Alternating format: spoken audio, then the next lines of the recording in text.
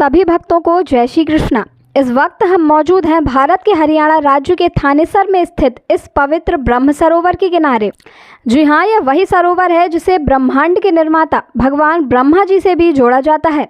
कहा जाता है कि इस पवित्र ब्रह्म सरोवर में स्नान करने से हजारों अश्वमेधा यज्ञों के प्रदर्शन की योग्यता के बराबर माना जाता है।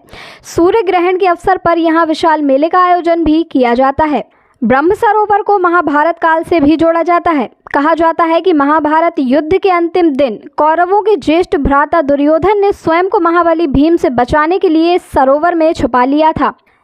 स्थानीय परंपरा के मुताबिक यहाँ पर एक द्रौपदी कुंड भी है। पांडवों की पहली पत्नी पांचाली, जिन्हें द्रौपदी और यज्ञसेनी भी कहा जाता है, इसी जगह उन्होंने दुशासन के रक्त से स्नान कर अपने केशों को धोया था।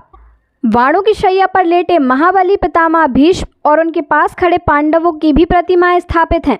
पितामह भीष्म के नाम से यहाँ पर एक भीष्म द्वार भी स्थापित किया गया है। यह वह भूमि है जहाँ पर भगवान श्री कृष्ण युद्ध के बीच में अर्जुन को गीता का ज्ञान दे रहे हैं।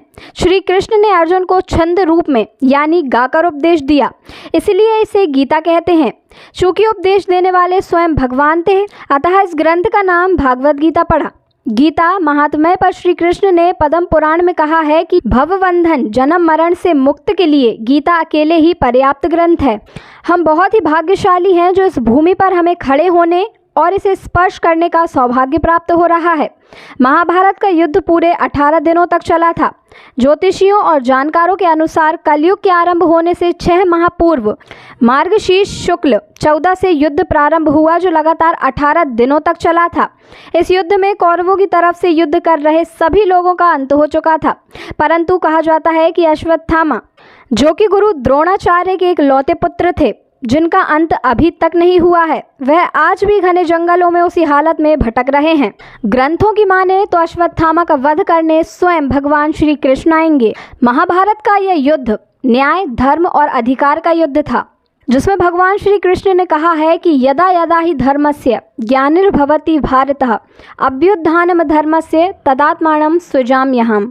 हरियाणा राज्य की इस कुरुक्षेत्र भूमि, जिसे धर्म क्षेत्र, कुरुक्षेत्र और देवभूमि भी कहा जाता है, जहां महाभारत का युद्ध हुआ, इस पवित्र स्थान की प्रत्येक प्रतिमाएं हमें भगवान श्री कृष्ण एवं महारथियों के होने का एहसास दिलाते हैं। यह जो प्रतिमाएं आप देख रहे हैं, वह केवल प्रतिमाएं नहीं बल्कि साक्ष्य है इस बात का कि धर्म और अधिकार और सत्य के लिए किए गए युद्ध को धर्म युद्ध कहा जाता है। कौरवों की तरफ से युद्ध कर रहे पितामह भीष्म, जिन्हें सर्वोच्च योद्धा कहा जाता है, एवं गुरु द्रोणाचार्य, जो कि न केवल कौरवों के बल्कि पांडवों के भी गुरु थे। भगवान परशुराम के शिष्य महारथी कर्ण भी कौरवों की तरफ से युद्ध कर रहे थे, एवं अनेक सर्वश्रेष्ठ योद्धा कौरवों की तरफ से युद्ध कर रहे थे, परंतु विजय केवल पांडवों की हुई, क्योंकि पांडव सत्य, न्याय और अपने अधिकार के लिए युद्ध कर रहे थे। भगवान श्री कृष्ण ने कहा कि गीता संपूर्ण जीवन दर्शन है और इसका अनुसरण करने वाला व्यक्ति जीवन में कभी निराश नहीं होता।